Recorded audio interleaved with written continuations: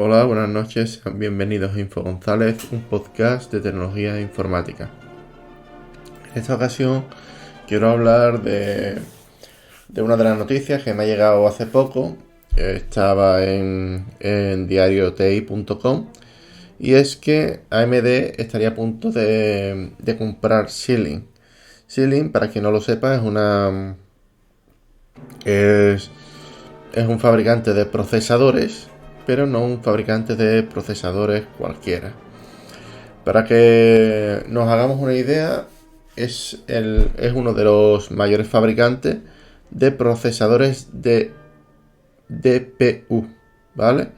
DPU, para quien no lo sepa, es un tipo de chip, al igual que GPU, unidad de procesamiento gráfico, está orientado a gráficos, o CPU, es decir, unidad central de procesamiento, está orientado más a ordenadores, digamos, al procesador del ordenador, la GPU al procesador de las tarjetas gráficas, pues la DPU está orientada a lo que viene siendo todo el tema del procesamiento de datos. Es un tipo de procesador que sirve muy bien para procesar datos, al igual como la GPU sirve bastante bien para, digamos, procesar gráficos. Entre las características más destacables de la DPU es que una DPU puede ser multinúcleo, es decir, que tiene varios núcleos dentro de su CPU, ¿vale? Porque no olvidemos de que una DPU es al fin y al cabo una CPU, pero con algunas cosas que permiten diferentes registros, etcétera, que permiten procesar mejor los datos. Una DPU es una CPU multinúcleo con capacidad de red, porque no olvidemos de que la DPU trata con datos, es decir, que puede analizar, procesar, transferir datos a una velocidad bastante alta, bastante eficiente y con amplios motores diseñados para tareas de red y optimización de datos. Ante este punto también me gustaría hablar de lo que viene siendo el Big Data. Hace poco hice un curso de Big Data en una de las páginas de la Junta de Andalucía Digital. Y Big Data es un curso bastante interesante. Big Data es un término que hace referencia a una serie de datos que son gigantescos. O sea, para que nos hagamos una idea, constantemente nosotros como usuarios estamos generando datos. Es decir, cuando tú buscas en Google, Google sabe dónde lo que tú estás buscando o donde quieres tú cliquear, precisamente porque Google tiene estudiado, digamos, a los diferentes usuarios donde cliquean y qué información es relevante para el usuario. Todo esto digamos de que el Big Data, aunque no está relacionado con lo que viene siendo la inteligencia artificial, sí, vamos a ver, hay una parte de Big Data que es lo que viene siendo la minería de datos, que es analizar esos datos, obtener, digamos, cierto valor con esos datos. Es cierto de que eso sí que está relacionado con el Machine Learning, ¿no? Con la parte de inteligencia artificial.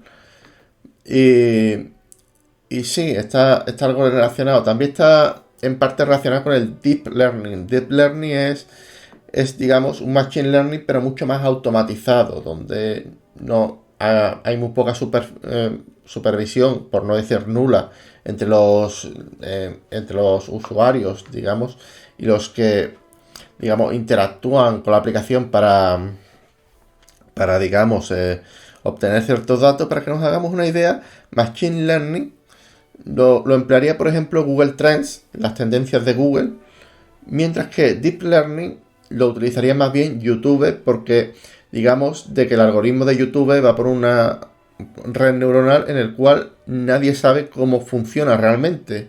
Hay gente que trabaja, que dice que va por diferentes redes neuronales, cada una se encarga de una cosa, y yo lo sé por youtubers, ¿no? Doc CSV suele hablarlo en su canal en YouTube, de que cuando tú llamas a YouTube, yo no soy youtuber, Pero cuando tú llamas a YouTube y tú le cuentas un problema de por qué su vídeo no está relacionado, YouTube dice, tenemos constancia de este problema, pero no sabemos dónde está el fallo porque todo está súper automatizado.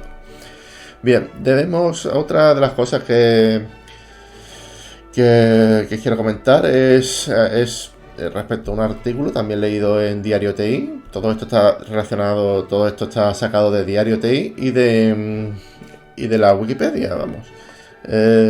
Y es sobre la cuarta revolución industrial. Para quien no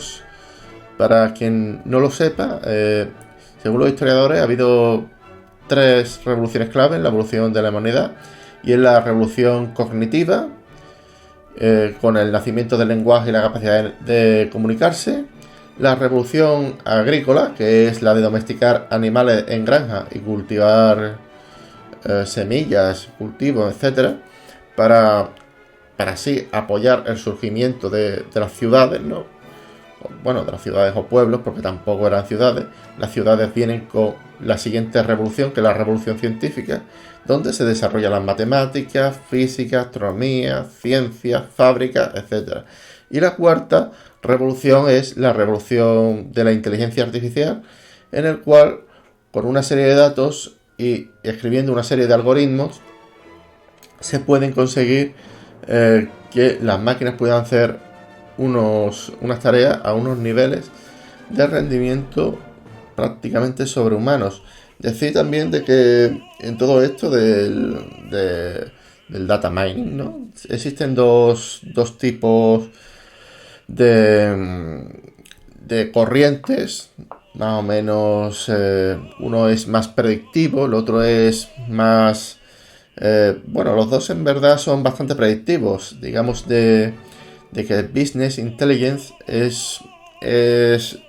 digamos, se obtiene los datos dentro de la empresa, con estadísticas, con datos de la propia empresa, o sea, sin contar con datos exteriores. Y el Business Analytics se trata de prever el futuro, no solo con los datos de la empresa, sino que además viendo el pasado y viendo los datos actuales. Algo así sería como un Business Intelligence.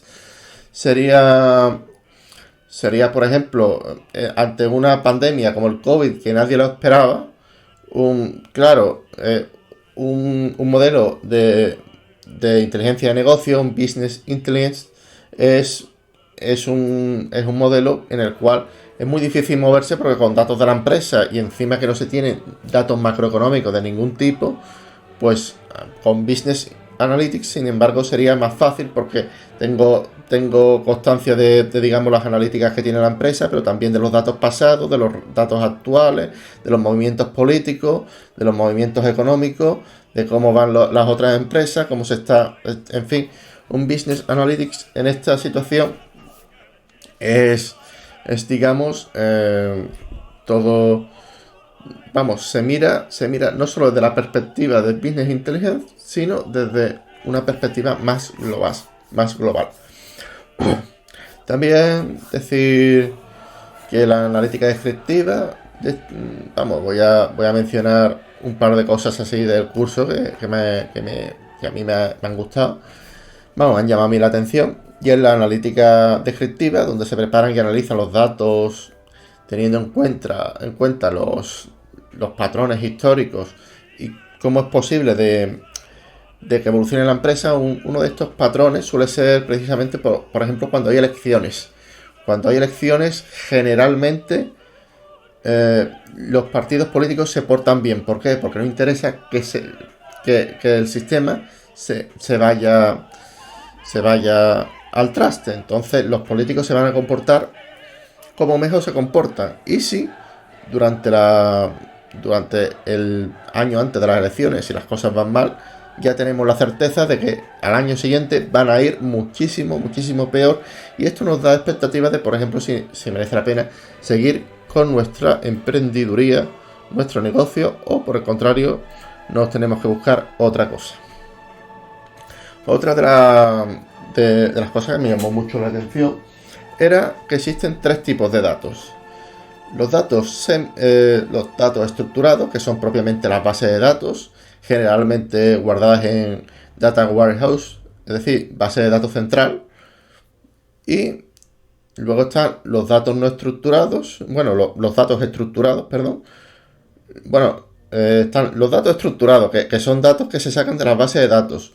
Los datos no estructurados, que son los que son los típicos, ¿no? Por dónde va un cliente por el GPS, documentos de Word, documentos PDF, los documentos que tratan generalmente los usuarios, ¿no? Ya te digo,